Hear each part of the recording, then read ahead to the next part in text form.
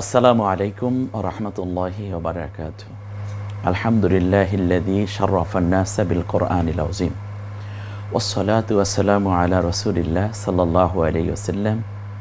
কানা খুলুকুহুল কুরআন ওয়া আলা আলিহি ওয়া আসহাবিহি আজমাইন ওয়াল্লাযীনা ইত্তাবা'আহুম বিইহসানিন ইলা ইয়াউমিদ্দিন। সম্মানিত ভাই বোন, প্যানভিশন টিভির বরকতময় আয়োজন তিলাওয়াত শেখার সহজ উপায় অনুষ্ঠান থেকে সকলকে আন্তরিক মোবারকবাদ জানাচ্ছি। অত্যন্ত গুরুত্বপূর্ণ একটি সূরার অংশবিশেষ তিলাওয়াত কিভাবে করলে আরও সহজে যে কেউ আল্লাহর কোরআন পড়তে পারবেন সেই বিষয়গুলো উপস্থাপন করার চেষ্টা করব। আল্লাহ সকলকে সুস্থতার সাথে রাখুন আর কোরআনের সাথে থাকার তৌফিক দিন এ কামনা করে সরাসরি আমরা চলে যাচ্ছি এমন একটি সূরা যে সূরাটি রাসূল সাল্লাল্লাহু আলাইহি ওয়াসাল্লামের উপরে লাইলাতুল কদরে মাহে রমজানের গভীর নিশীথে জিবরিল আলাইহিস সালাম নিয়ে আল্লাহর রাসূলের সামনে হাজির হয়েছিলেন। এরই মাধ্যমে সূচনা হয়েছিল আল্লাহ রাব্বুল আলামিনের কোরআন নাজিলের এক মহিমান্বিত সময়। আর ওই সূরাটির নাম হচ্ছে সূরা আল আলাক। সূরা আলাকের প্রথম যেই বিষয়টি আমি আপনাদেরকে বলে রাখতে চাই তা হচ্ছে আমরা এর আগে যেই পর্বগুলো দেখেছি অবশ্যই আপনারা চমৎকার করে উপভোগ করেছেন। আজকে তারই ধারাবাহিকতায় প্রথমে আমরা দেখব যে আমি হরফগুলো তৈরি করতে পারছি কতটুকু। সম্মানিত ভাই বোন, আমরা সোজা চলে যাচ্ছি। স্ক্রিনে ইতিমধ্যেই দেখতে পাচ্ছেন লেখা চলে এসেছে। এখানে আকৃতিগুলো আছে যুক্ত অবস্থায়, আবার মুক্ত অবস্থায় মুক্তাক্ষরও আছে। আমরা এখানে কোনো নুক্তা দেইনি, আকৃতি আছে, নুক্তা আপনার দিতে হবে। কি মজার পড়া, তাই না? অর্থাৎ আপনি এখন নিজে বুঝতে পারছেন যে কোন অক্ষরে উপরে কিংবা নিচে কত নুক্তা দিলে কাঙ্ক্ষিত অক্ষরটি তৈরি হবে। আমি শুধু বলবো আর আপনি তা তৈরি করে দেখাবেন। সবাই রেডি তো? আসুন, প্রথম তো আলিফ আছে, এটাই কোনো নুক্তা নাই আমরা জানি। পরে যে আকৃতিটা আছে এখানে কফ বানাবেন। উপরে কয় নুক্তা দিলে কফ হবে? আপনি দেখুন পাশের আপনার নাতি কিন্তু বলে ফেলেছে, দাদা এখানে 2 নুক্তা উপরে দাও। অথবা স্বামী কনফিউজড হচ্ছেন বা স্বামী একটু চিন্তা করছেন উপরে কয় নুক্তা দিতে হবে। স্ত্রী কিন্তু বলে দিয়েছেন 2 নুক্তা উপরে দিতে হবে। চমৎকার। পারস্পরিক বুঝে শুনে পড়া, আপনার ঘরটা কোরআনের ঘর হয়ে যাবে। বিশ্বময় একটা প্যান্ডামিক সিচুয়েশন যাচ্ছে এখন। রাসূল সাল্লাল্লাহু আলাইহি ওয়াসাল্লাম বলেছেন যে ঘরে কোরআন তিলাওয়াত হয় ওই ঘরটা কোনো সাধারণ মানুষের ঘর থাকে না, ওটা আল্লাহর ঘরে পরিণত হয়ে যায়। আহলুল কোরআনে হুম আহলুল্লাহ ওয়া খাসাতুহু, ওই বান্দাগুলো আল্লাহর খাস বান্দায় পরিণত হয়ে যায়। আপনার সন্তান, আপনি, আপনার স্ত্রী, মা, বাবা সবাই একত্রে বসি টেলিভিশনের বড় স্ক্রিনে আপনি দেখে নিতে পারেন, কিন্তু মোবাইলে দেখতে পারেন। কোথাও জার্নি করছেন আপনি ক্লাসটা উপভোগ করতে পারেন, কারণ ওস্তাদ তো আপনার মোবাইলের মধ্যেই, আর মক্তব আপনার মোবাইল। এর চেয়ে বড় নেয়ামত আর কি চাই? আসুন, কফ বানালাম, পরের হরফটা র আছে, আলিফ আছে, পরে যে স্পেসটুকু আছে এখানে আমরা বা বানাবো। নিচে কয় নুক্তা দিতে হবে? বায়ের তো নিচে নুক্তা থাকে, 1 নুক্তা ইতিমধ্যে মনে আসছে আপনাদের। তারপর বায়ের সাথে আলিফ আছে, সিন মিম র, ওহ, তারপরে যে স্পেসটুকু আছে এখানে বা বানাবো। একই ধারাবাহিকতা, নিচে একটা নুক্তা দিতে হবে। তারপরে কাফ, এরপরে হচ্ছে আলিফ লাম, পরে যে দাল আছে এখানে, তা আমি বানাতে বলবো দাল। কিভাবে বানাবেন? আপনি কি বুঝতেছেন আপনার পড়াটা কত মজবুত হয়ে আসতেছে? আলহামদুলিল্লাহ। দাল বানাতে হলে কি করতে হবে? উপরে 1 নুক্তা দিতে হবে। তারপরে আছে ইয়া, পরে হা আছে, আমি এখানে খ বানাতে চাই। কি করতে হবে? একেবারে সোজা, উপরে 1টা নুক্তা দিতে হবে ওস্তাদজি। চমৎকার। তারপর একটা লাম, তারপরে কফ। উপরে কয় নুক্তা দিলে কফ হবে? আমরা একেবারে প্রথম দিকে এটা পড়ে নিয়েছি, উপরে 2 নুক্তা দিলে কফ হবে। এরপরে যে আকৃতিটা আছে এখানে, এটাকে আমরা খ বানাবো। এখন হা আছে, হা গলায় চাপ দিয়ে যে হাটা আমরা পড়তাম, এটা আছে, এটাকে আমরা খ বানাবো। উপরে 1 নুক্তা দিলে খ হয়ে যাবে। তারপর লাম, তারপরেরটাকে আবার কফ বানাতে হবে। উপরে 2 নুক্তা। এরপর আলিফ আছে, লাম আছে, লামের সাথে আলিফ আছে, তারপরে যে আকৃতিটা আছে ছোট্ট করে একটা দাগ, এখানে একটা নুন বানাতে হবে। কি করতে হবে? ওস্তাদজি এটা কোনো ব্যাপার? অনেকে হয়তো বলছেন উপরে একটা নুক্তা দিতে হবে। আপনি তো মোবাইলের মধ্যে দেখিয়ে দিতে পারবেন না, তবে আপনি বলে দিবেন যে উপরে 1 নুক্তা, একটু পরেই হয়তো দেখছেন আবার 1 নুক্তা দেয়া হচ্ছে। তারপরে সিন, সিনের সাথে আলিফ, তারপরে যে আছে আকৃতি, এটাকে আমরা নুন বানাবো। নুন, উপরে 1 নুক্তা দিতে হবে। এটা তো গোলাকৃতি মুক্ত অক্ষর নুন। এরপরেরটা মিম আছে, মিমের পরেরটাও আমরা নুন বানাবো। আর এই আকৃতিতে নুন ছাড়া আর কিছুই হয় না, এটা আমরা জানি। উপরে 1 নুক্তা। তারপরের হরফের নাম হচ্ছে আইন, গলায় চাপ দিয়ে উচ্চারণ করতে হবে আইন। তারপর লাম, শেষটাকেও কফ বানিয়ে দেন, উপরে 2 নুক্তা। এরপর আবার আলিফ, তারপরের আকৃতিটাকে আমি কফ বানাবো। কি করতে হবে? 2 নুক্তা দিতে হবে। এখানে একটু মনে করিয়ে রাখি, এই আকৃতিতে যদি একটা নুক্তা দেওয়া হতো তাহলে ফা হয়ে যেত। এজন্য আমরা ওই যখন পড়েছি তখন কিন্তু প্যাকেজ আকারে পড়েছি কোরআন শেখার সহজ উপায় অনুষ্ঠানে। ফা, কফ, এভাবে আমরা একই শেপে নিয়ে তারপরে আমরা পড়ানোর চেষ্টা করেছি, একই ছন্দে। তারপর একটা র আছে, এরপর আলিফ, তারপরে ওয়াও, তারপর র। এরপর যে জায়গাটা আছে এখানে আমরা বা বানাবো। কেমন করতে হবে বলুন তো? কি করলে বা হবে? নো টেনশন, নিচে 1 নুক্তা দিতে হবে। আপনি এমন এক জায়গায় এখন অবস্থান করছেন, এখান থেকে হারিয়ে যাওয়ার কোনো সম্ভাবনা নেই। আমাদের সাথে থাকতে হবে ইনশাআল্লাহ। এরপরে হরফটা হলো কাফ, এরপর আলিফ, তারপর লাম, তারপরে আলিফ, তারপর কাফ, তারপর র, তারপর মিম। ফাইন। এরপরে হচ্ছে আলিফ, তারপর লাম, তারপরে দাল আছে, এটাকে আমরা দাল বানাবো। দাল নরম আওয়াজে জিহ্বার আগা সামনের দাঁতের আগার সাথে মিলিয়ে নরম আওয়াজে উচ্চারণ করতে হয়। দাল বানাবো। তো দালকে দাল বানাতে হলে উপরে কয় নুক্তা দিতে হয়? 1 নুক্তা। তারপর ইয়া, তারপর আইন, তারপর লাম, তারপর মিম। এরপর বা আছে না, বানাই, বা বানাতে হবে। এই আকৃতিটাকে বা বানাতে হবে। চমৎকার। বার সাথে আলিফ, নিচে 1 নুক্তা দিল তো বা হয়ে যায় আলিফ, তারপরে লাম, তারপর কফ, এটাকে কফ বানাতে হবে। ওই আগের মতোই উপরে 2 নুক্তা দিতে হবে, লাম এবং মিম।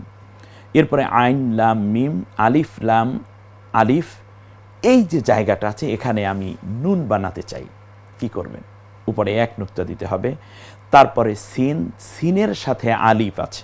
আমরা জানি আলিফ সামনের অর্থাৎ পরবর্তী অক্ষরের সাথে জোড়া লাগে না। জোড়া লাগলে আর সে আলিফ থাকে না, সে লাম হয়ে যায়। যেহেতু এটার সিনের সাথে আলিফ, এজন্য সে আর জোড়া লাগেনি। জোড়া না লাগা মানেই সে আলিফ হয়ে আছে। তারপরের হরফটাকে নুন বানান। এরপরে মিম, মিমের সাথে আছে আলিফ, তারপর লাম, তারপর মিম। এই যে আকৃতিটা আছে এখানে ইয়া বানাবো। কি করতে হবে? বলতে হবে নিচে 2 নুক্তায় একটি মাত্র অক্ষর, যার নিচে 2 নুক্তা, হরফের নাম ইয়া।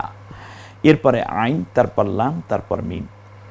আলহামদুলিল্লাহ, আমরা রাসূল সাল্লাল্লাহু আলাইহি ইসলামের উপরে সর্বপ্রথম নাজিলকৃত সূরা আল আলাকের প্রথম 5 আয়াতের অক্ষরগুলো তৈরি করলাম, হরফগুলো তৈরি হয়ে গেল। এরপরেই আমি আপনাদের কাছে জানতে চাইব এই হরফগুলোর একক বলতে পারেন কিনা। ওই যে একক, বাংলায় আরবি অক্ষর লিখতে গিয়ে প্রথম যেই অক্ষরটা আসবে সেটাই হলো ওই আরবি অক্ষরের একক। ব্যতিক্রম শুধু একটি জায়গায়, নাম হচ্ছে হামজা। হামজার একক আলিফের এককের মতো, অর্থাৎ স্বর ওয়া। তাহলে আমরা এই এককগুলো একবার শুধু 1-2টা আয়াতে দেখে নেই। প্রথমে আলিফ, আলিফের একক হলো স্বর ওয়া। এরপর কফ, কফের একক ক, রয়ের একক র, আলিফের একক ওয়া, তারপরে বায়ের একক ব, আলিফের একক অ, সিনের একক স, মিমের এককটা কি হবে? ওস্তাদজি আপনি তো বলেছেন থিওরি, আমরা সব পারি এখন। দেখুন, মিমের একক ম, তারপর রয়ের একক রয়ই থেকে যাবে, বায়ের একক ব, কাফের এককটা কি হবে জানো? কাফের একক হলো ক। এরপরে আলিফের একক অ, লামের একক কি হবে? ল, তারপর জালের একক জ, ইয়ার একক ই, তারপর খয়ের একক খই থাকে, লামের একক ল, কফের একক ক। এরপরে ক্ষয় দ্বিতীয় লাইনে আমরা খ লাম কফ, তার খ ল ক, এরপর আলিফের একক অ ল অ ন স অ ন ম ন অ ল ক, এমনি করে পুরো আয়াতগুলোর এককগুলো আপনার মনে আনতে হবে। তার কারণ জের জবর পেশ, দুই জের দুই জবর দুই পেশ, খাড়াজের খাড়া জবর উল্টা পেশ, জজম কিংবা তাসদিদ, এরকম ব্যবহার যখনই হবে কোনো অক্ষরে, তখন সাথে সাথে ওই পূর্ণ অক্ষর চিন্তা না করে একক ধরে তার সাথে জের জবর পেশ দিয়ে এটাকে ফাইনালি করতে হয়। ইনশাআল্লাহ আমরা এটা জানি। সূরা আল আলা কোরআনুল কারীমের ৯৬ নম্বর সূরা, মক্কায় অবতীর্ণ এই সূরাটি। এই সূরাটির দ্বারাই মূলত নবুয়তের সূচনা হয়েছে। আয়াত আছে ১৯টি, রুকু আছে একটি, এবং এই সূরাটির মধ্যে একটি সাজদা আছে যেটাকে তিলাওয়াতের সাজদা বলে। আমরা ইনশাআল্লাহ পরবর্তীতে এ ব্যাপারে তিলাওয়াত করতে করতে এক পর্যায়ে তিলাওয়াতের সেজদার বিষয়ে আলোচনা করব ইনশাআল্লাহ। এটা অবশ্য কোরআন শেখার সহজ উপায় অনুষ্ঠানেও আমি তিলাওয়াতের সেজদাগুলো দেখিয়েছি। এবার আমরা পড়ি আলিফ। আলিফে জের দেয়া আছে।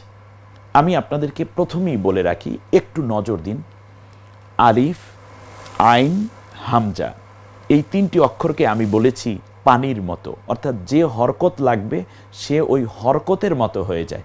অর্থাৎ এখানে যদি জবর লাগে, জবর আয়ের কাজ করে, তাহলে আলিফ, আইন, হামজা এই তিনটা আ হয়ে যায়। অর্থাৎ আলিফে জবর দিলে আ, আইনে জবর দিলে আ, হামজায় জবর দিলে আ।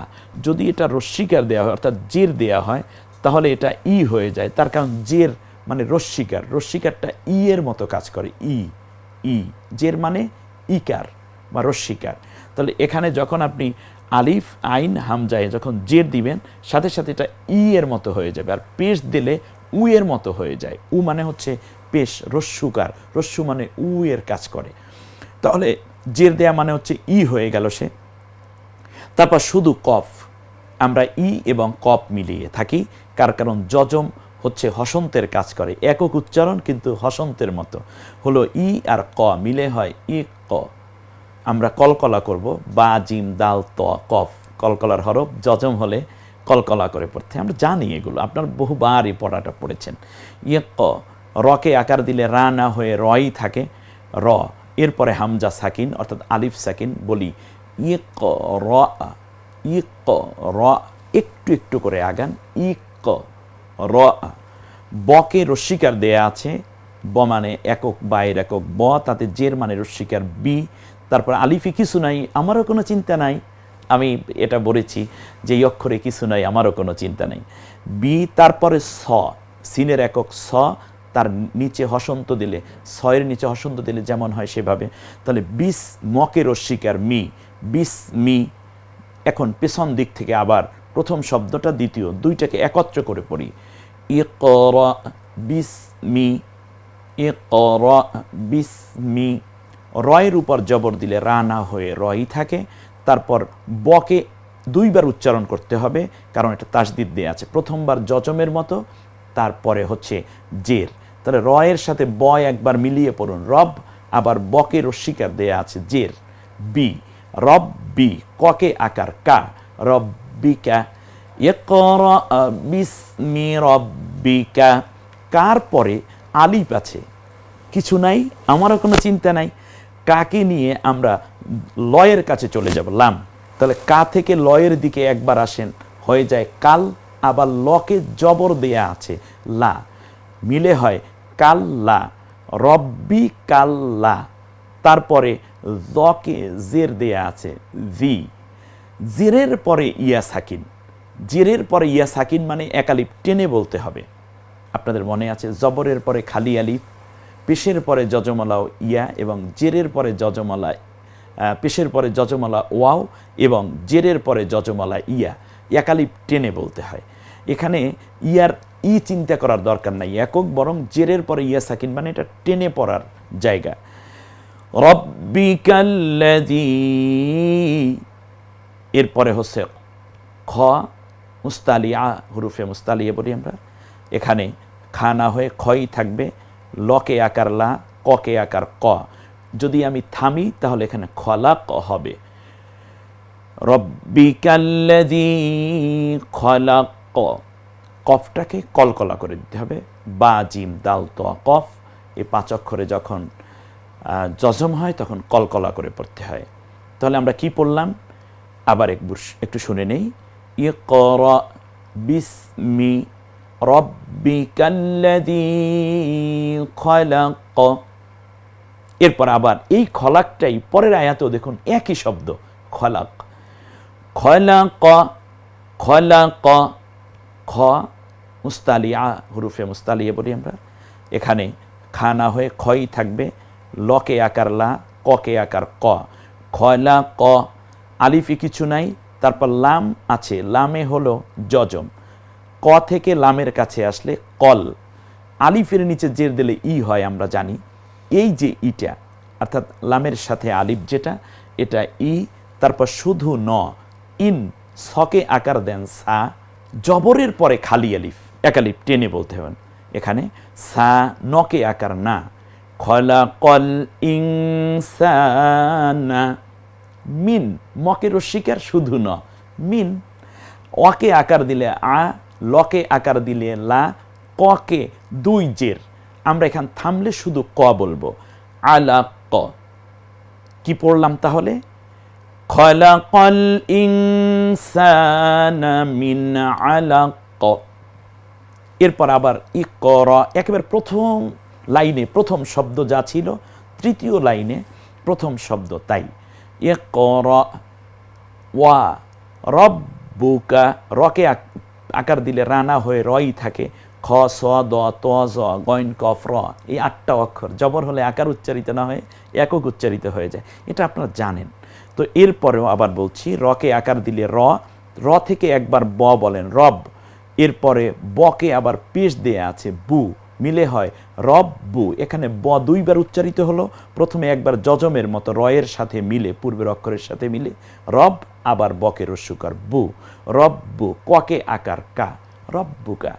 ইকরা ওয়া রব্বুকা, কা থেকে আলিফে কিছু নাই, আমারও কোনো চিন্তা নাই। লাম আলিফের, এখানে লাম আছে আলিফ আছে, এখানে লামের উপর জজম দেয়া, কা থেকে শুধু ল বলবো কাল, কারণ জজম হসন্তের কাজ করে। এরপরে আবার জবর আছে আলিফে, এটা ওকে আকার দিলে যেমন আ হয়ে যায় সেভাবে, তারপর শুধু ক, আক, রকে আকার দিলে র, তারপর শুধু মা, আকরাম। ইকরা ওয়া রাব্বুকাল আকরাম, হয়ে গেল।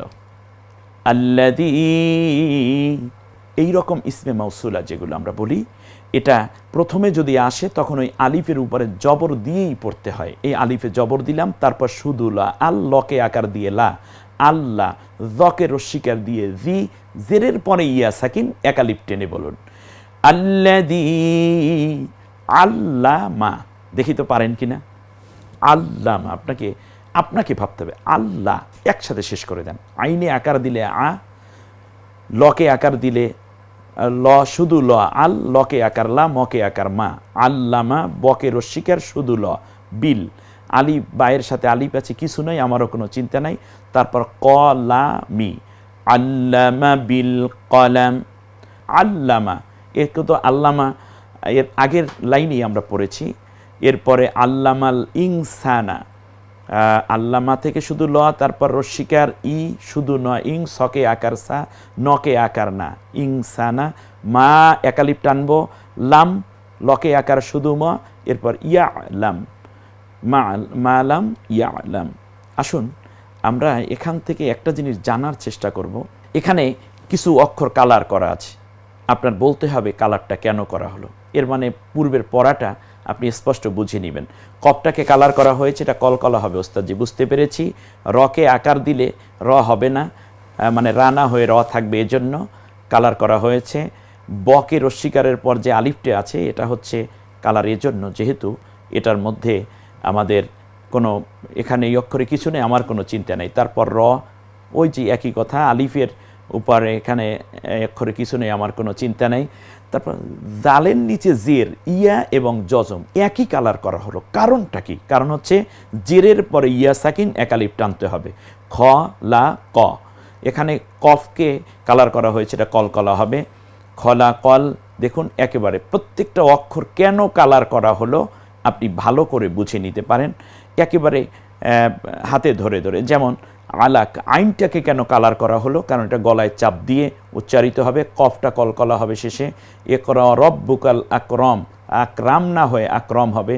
আল্লাযী, জেরের পরে ইয়া সাকিন, এজন্য হয়েছে। আইনটা কালার হয়েছে এজন্য যেহেতু এটা কণ্ঠনালীতে চাপ দিয়ে উচ্চারণ করতে হয়, এজন্য বয়ের পরে বিল কলাম, এখানে আলিফে কিছু নাই, আমার কোনো চিন্তা নেই, কালাম না হয়ে কলাম হবে। শেষ লাইনটিতে আমরা দেখি আইনটাকে কারণ কণ্ঠনালীতে চাপ দিয়ে হবে। ইনসানা, এখানে ইনসানা মিন মা লাম ইয়ালাম, আল্লামাল ইকফা করতে হবে এখানে নুন সাকিনের পরে। তাও সাও জিমো দালো দালো ঝা, সিনো শিনো সদ দদ ত জ ফাও কফ কাফ, এই 15টি হরফ যখন আসে নুন সাকিন কিংবা তানবিনের পরে তখন ইকফা করে পড়তে হয়। সেজন্য এটাকে আমরা ইনসান না বলে ইনসানা, জবরের পরে খালি আলিফ, এর জন্য আলিফটাকে কালার করা হয়েছে। বাস শেষ। আসুন আমরা একবার আরো সুন্দর করে একবার তিলাওয়াত শুনে নেই। ইকরা বিসমি রাব্বিকাল্লাযী খলাক, খলাকাল ইনসানা মিন আলাক, ইকরা ওয়া রাব্বুকাল আকরামুল্লাযী আল্লামা বিল কলম, আল্লামাল ইনসানা মা লাম ইয়ালাম। চমৎকার। আসুন আমরা প্রাঞ্জল ভাষায় অনুবাদ শুনে নেই। পড়ো হে নবী তোমার রবের নামে, যিনি সৃষ্টি করেছেন, জমাট বাঁধা রক্তের দলা থেকে মানুষকে সৃষ্টি করেছেন। পড়ো এবং তোমার রব বড় মেহেরবান, যিনি কলমের সাহায্যে জ্ঞান শিখিয়েছেন, মানুষকে এমন জ্ঞান দিয়েছেন যা সে জানত না। মানুষ সৃষ্টি, শিক্ষা পদ্ধতি এবং শিক্ষা উপকরণ, শিক্ষা নীতি সব কিছু নিয়ে বিশ্ব মানবতাকে শিক্ষার আলোয় উদ্ভাসিত করার জন্যই মূলত আল্লাহ তাআলা সর্বপ্রথম শিক্ষা কেন্দ্রিক এই আয়াতগুলো নাজিল করে স্রষ্টাকে চেনার অপার সুযোগ করে দিয়েছেন বিশ্ববাসীকে। পরবর্তী ক্লাসের জন্য অপেক্ষায় থাকুন। তিলাওয়াত শেখার সহজ উপায় অনুষ্ঠানে আবার পরবর্তীতে আপনাদের সাথে দেখা হবে ইনশাআল্লাহ। থাকুন কোরআনের সাথে, চলুন নাজাতের পথে। আসসালামু আলাইকুম ওয়া রাহমাতুল্লাহি ওয়া বারাকাতুহু।